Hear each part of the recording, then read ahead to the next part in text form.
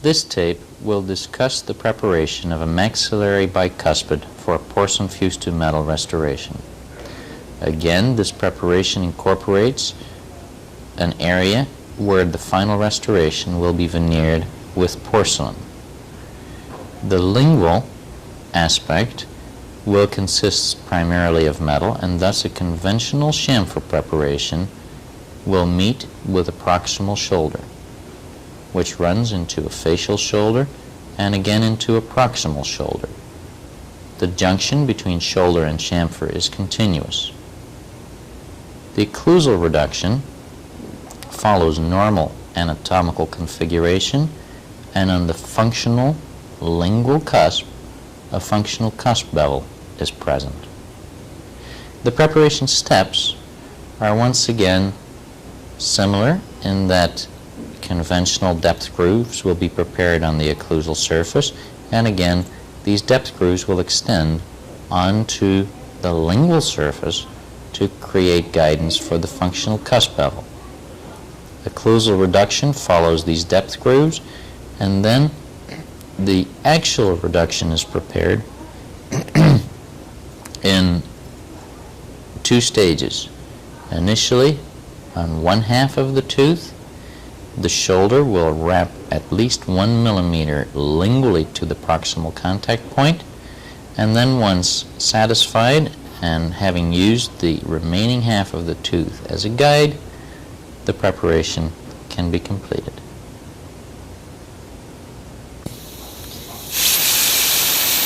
In this case, we will use the diamond to prepare all of the depth grooves. Since the tip of the diamond is approximately 0.8 of a millimeter in width, we can accurately gauge the depth of a depth cut as we place them.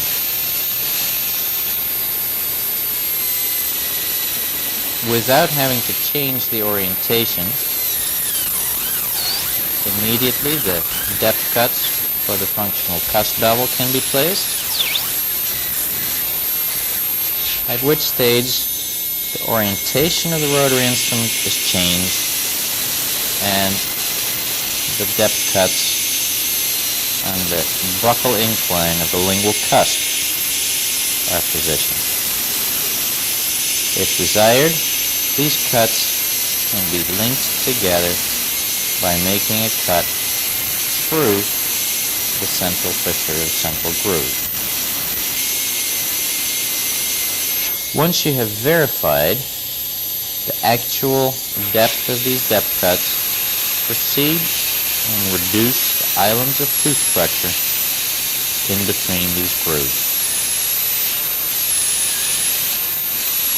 Extend your occlusal reduction adequately into the marginal ridge area without damaging the adjacent tooth. And as always, be sure to standardize the amount of tooth reduction as you proceed.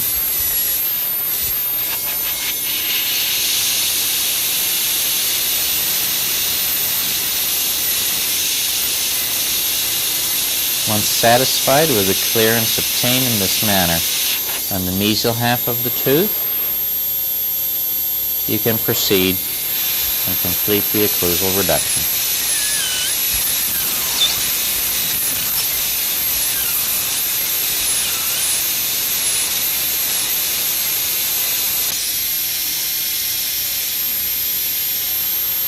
Again, lingual depth grooves can be placed as a guide to maintain burr orientation during the reduction.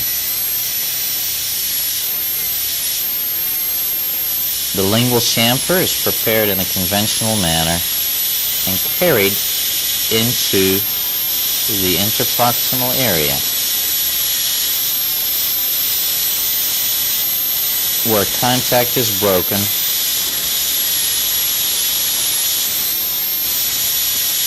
as if you're preparing a complete veneer crown.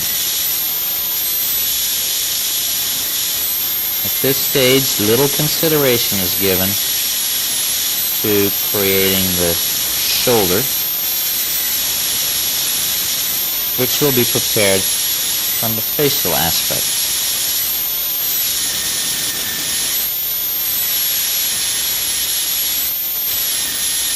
Once proximal clearance is obtained,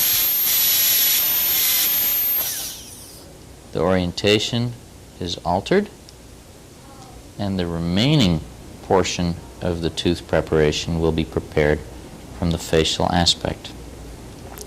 The same diamond is used, and parallel to the lingual preparation, depth cut is placed of approximately 1 millimeter in depth in the cervical aspect. It is this depth cut, in conjunction with cuts in the line angle areas, that will serve to give us adequate reduction for the porcelain veneering area of this restoration. Again, the islands of tooth structure are eliminated from in between these depth cuts.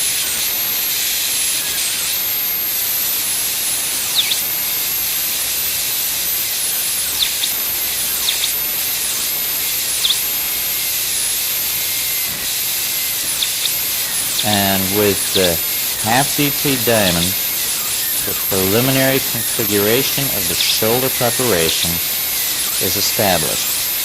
Note that it takes considerable effort and a brushing type motion to remove this tremendous bulk of tooth structure as the shoulder is roughed out with this diamond. The shoulder preparation is then carried adequately into the interproximal area so that it extends at least 1 millimeter to the lingual of the proximal contact. Note the lip of unsupported tooth structure that remains. Any obviously unsupported tooth structure can be readily removed even with the rounded tip of this diamond. Once satisfied with the preliminary configuration of the shoulder and its interproximal extent, we can switch to the 1D square tapered diamond. We recommend that you use this diamond in the slow speed. Minimally required shoulder width is 1 to 1.2 millimeters. The width of the 1D diamond is 1 millimeter at its tip, so again it can be quite useful as a guide. Note the alignment of the diamond, not supported by the actual wall of the tooth, but rather positioned in such a way to result in a perpendicular cavo surface margin so that no unsupported tooth structure will remain. The orientation of this diamond is adjusted as indicated during the smoothing of the actual shoulder preparation.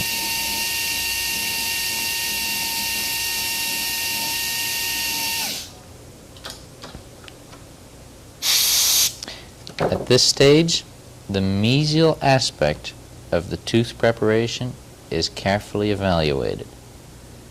Shoulder width should be adequate, shoulder and chamfer should be continuous, and the occlusal anatomy should provide for adequate clearance. Once satisfied, proceed with the distal aspect of this tooth preparation. In order to follow normal facial contour of maxillary posterior teeth, it may be desirable to give a slight curvature to the facial wall. The degree of this curvature is primarily determined by the alignment of the tooth in the dental arch and the anatomy of the adjacent teeth. Here, a slight degree of curvature is imparted to the facial surface in order to enable us in the laboratory to conform the shape of the restoration to the curved configuration of the other teeth. Once the distal aspect of the tooth preparation has been completed, it may not be necessary to carry the distal aspect of the shoulder as far interproximally as was necessary on the mesial. In this case, it probably would be wise to extend the shoulder slightly further into the interproximal area. This can be incorporated as part of the finishing procedure, during which, of course, again, all line angles will be rounded off and blended together. The completed tooth preparation should have a supragingival shoulder, which extends far enough interproximally no unsupported tooth enamel remains anywhere near the margin. The shoulder extends far enough to the lingual aspect and is continuous with a smooth chamfer that once again equals half the width of the 1/2 DT diamond. All line angles are rounded. A functional cusp bevel is present on the lingual cusp, and a slight degree of curvature may have been imparted to the facial wall. In occlusion, adequate clearance is present, 1.5 millimeters on the functional cusp and a minimum of 1 millimeter on the non-functional cusp in the areas where metal will be placed, whereas in the areas that will be veneered with porcelain, a minimum of 1 to 1.2 millimeters of tooth structure has been removed to provide us with the space for the restorative material. This concludes this tooth preparation.